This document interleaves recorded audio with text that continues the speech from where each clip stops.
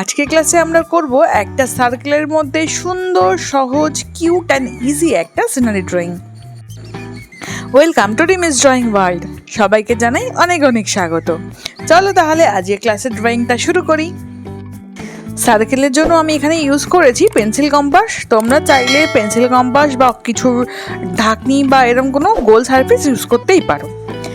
তারপরে সবার প্রথমে এঁকেছি একটা গাছ। গাছটার গুড়িটা দেখো এরকম ভাগ ভাগ করে ভেঙে ভেঙে করেছি। তারপরে এখন করছি গাছের পাতা। গাছটা একটু ঝাঁকড়া দেখানোর জন্য এরকম ভেঙে ভেঙে টুকরো টুকরো পাতা করলাম। এরপর করে দিচ্ছি কয়েকটা ঘাস। এইটা যেহেতু প্লেন সমতল জমির ওপর রয়েছে সেই জন্য এরকম করে দিলাম। করে দিচ্ছি আরেক টুকরো জমি।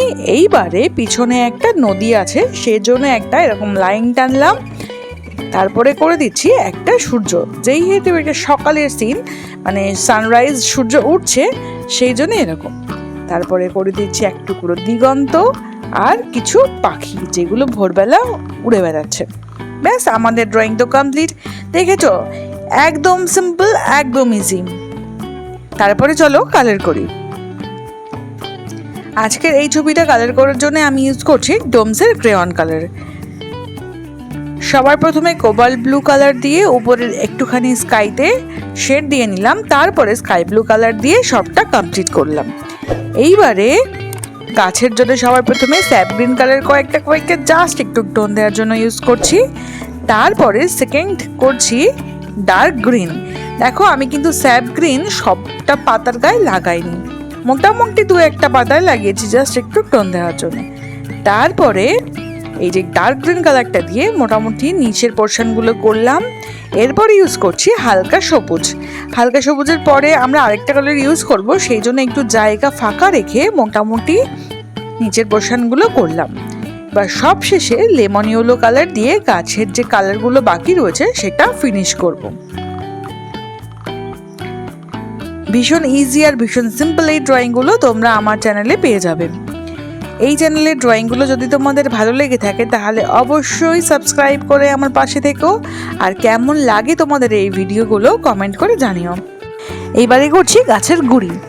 গাছের গুড়ির জন্য সবার প্রথমে ডান দিকে একটুখানি ব্ল্যাক ইউজ করেছি, মাঝখানে ইউজ করেছি বার্ন সায়ানা, তারপরে ইয়েলো কালার দিয়ে মিশিয়ে দিয়েছি।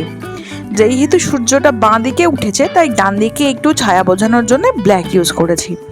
তারপরে আবার স্কাইয়ের মতো একটু কোবাল্ট ব্লু দিয়ে দুই পাশটা একটু করে নিলাম। তারপরে স্কাই ব্লু দিয়ে জলের যে বাকি অংশটা রয়েছে সেটা কভার করছি। দেখো ঠিক এইভাবে। এইবারে লেমন ইয়েলো দিয়ে আমাদের সানটা করে দিচ্ছি। তারপরে হালকা সবুজ কালার দিয়ে আমাদের যেহেতু দুই টুকরো জমি এখানে দেখিয়েছি তাই প্রথমের উপরের ভাগটা হালকা সবুজ আর লেমন ইয়েলো মিক্স করে করলাম। আর নিচের অংশটার জন্য ইউজ করছি সবার উপরের সাইডটা একটু লেমন ইয়েলো, তারপরে ইউজ করছি একটু হালকা সবুজ। দেখো এইভাবে। তারপরে আমরা ডার্ক গ্রিন রং দিয়ে বাকিটা ফিল করব। তাহলেই হয়ে যাবে আমাদের ছবি একদম কমপ্লিট। তোমরা দেখলে আজকের ছবিটা কত ইজি ছিল, জাস্ট এক ঝলকে আমরা কমপ্লিট করে ফেললাম। এরম ছবি আরও পেতে সাবস্ক্রাইব করতে ভুলো না কিন্তু। আজকে ক্লাসটা তোমাদের কেমন লাগলো অবশ্যই জানিও। টাটা, দেখা হবে পরের ক্লাসে।